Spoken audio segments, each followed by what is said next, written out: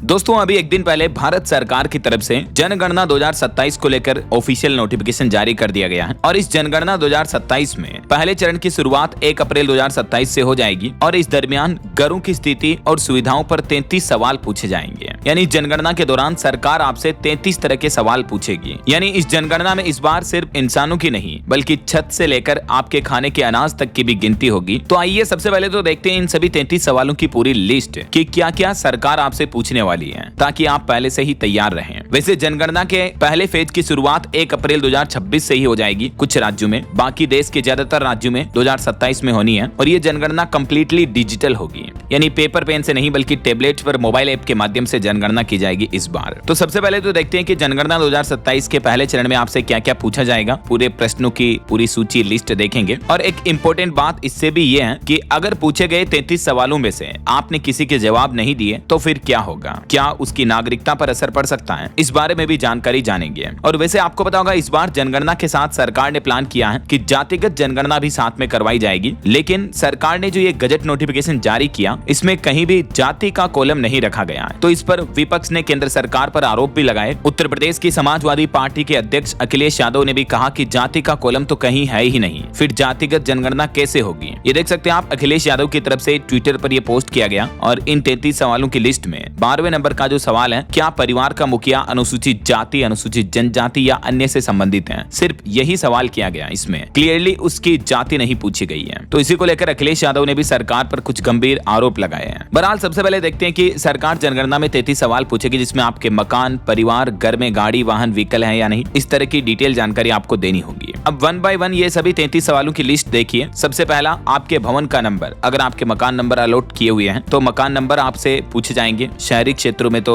नगर या स्थानीय प्राधिकरण द्वारा मकान नंबर अलॉट रहते हैं, राइट। दूसरा आपका जनगणना मकान नंबर क्या है, ये जनगणना करने वाले कर्मचारियों को अलॉट किए जाएंगे, तो ये आपसे पर्टिकुलर नहीं पूछा जाएगा। तीसरा आपके मकान के फर्श में क्या सामग्री यूज हुई है, कच्चा फर्श है या टाइल्स लगा रखी है या आपने फर्श लगा रखी है, मार्बल लगाया है, ये कॉलम भी जनगणना सर्वे के दौरान आपसे सवाल पूछकर भरा जाएगा। मकान के दीवारों में क्या सामग्री यूज हुई है, छत में क्या सामग्री लगाई गई है, और जो मकान आपने बनाया उसका उपयोग क्या है, आपने किराए पर दे रखा है या खुद रहते या कोई कॉमर्शियल यूज के लिए बना रखा उसको, मकान की अभी हालत क्या है, जर्जर कंडीशन में है, रिपेयरिंग करवानी या अच्छा है, नया ही बनाया है, कितने साल पुराना है, ये सब कुछ डिटेल भी भरी जाएगी। आपके परिवार का क्रमांक क्या है, ये भी उसमें अंकित किया जाएगा। इसके अलावा आपके परिवार में सामान्यतः रहने वाले व्यक्तियों की कुल संख्या कितनी है, यानी आपके कुल फैमिली मेंबर्स कितने हैं, परिवार के मुखिया का नाम क्या है, परिवार में मुखिया जेंडर कौन है, मतलब आपके परिवार की मुखिया माँ है, पापा है, दादा है, दादी है, महिला है या पुरुष है, ये जेंडर भी उसमें अंकित किया जाएगा। फिर जाति से संबंधित इसमें एक सवाल कॉलम रखा गया है कि क्या आपके परिवार का मुखिया अनुसूचित जाति, अनुसूचित जनजाति, SC ST या अन्य से संबंधित है, OBC जनरल वगैरह से। 13वां सवाल आपसे पूछा जाएगा मकान के मालिकाना हक की स्थिति क्या है, मतलब मकान आपके नाम पर है या बेटा बेटी के नाम पर है, दादा दादी के नाम पर है, ये भी पूछा जाएगा। परिवार के पास रहने के लिए मकान में उपलब्ध कमरों की संख्या कितनी है,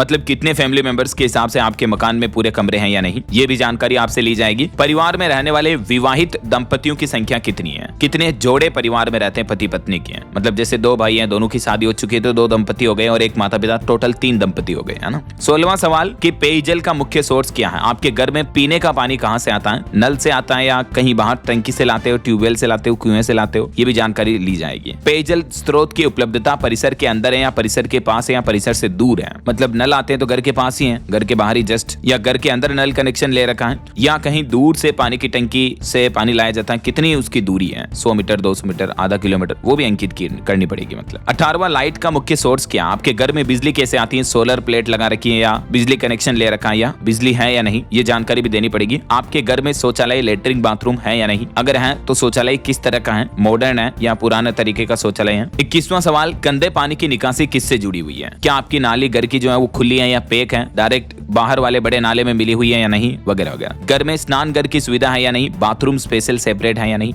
आपके घर में रसोई घर और LPG PNG कनेक्शन है या नहीं, अलग से किचन बना हुआ है या और गैस सिलेंडर का कनेक्शन आपने ले रखा है या चूल्हे पर लकड़ी से खाना पकाने के लिए ईंधन किस तरह का इस्तेमाल करते हो, ये भी जानकारी अंकित की जाएगी। आपके घर में किसी तरह का रेडियो या ट्रांजिस्टर है या नहीं, आपके घर में टेलीविजन टीवी है या नहीं, इंटरनेट की सुविधा है या नहीं, लैपटॉप या कंप्यूटर है या नहीं, और घर में कुल कितने टेलीफोन है, मोबाइल फोन है, स्मार्टफोन है तो कितने हैं, अगर नहीं है तो ये भी जानकारी ली जाएगी। आपके घर में टू व्हीलर जैसे cycle, scooter, motorcycle, moped, Vicky, scooty वगैरह इस तरह के वाहन है या नहीं, और फोर व्हीलर में आपके घर में कार, जीप, वैन वगैरह, एसयूवी, अन्य तरह की गाड़ी व्हीकल है या नहीं, ये भी जानकारी ली जाएगी। 32वां सवाल, परिवार द्वारा उपयोग किए जाने वाला मुख्य अनाज कौन सा है, मतलब आपके घर परिवार में जनरली कौन सी अनाज की रोटियां बनती है, जैसे गेहूं ज्यादा खाते हैं, मक्का खाते हैं, बाजरा खाते हैं, ये भी जानकारी अंकित की जाएगी। और परिवार के मेन मुखिया का मोबाइल नंबर क्या है वो भी लिया जाएगा, और हो सकता है कि परिवार के सभी फैमिली मेंबर्स का मोबाइल नंबर भी लिया जा सकता है। तो ये जनगणना के पहले फेज में आपसे कुछ प्रमुख सवाल किए जाएंगे, राइट। तो ये तो सभी 33 सवालों की लिस्ट आपने देख ली।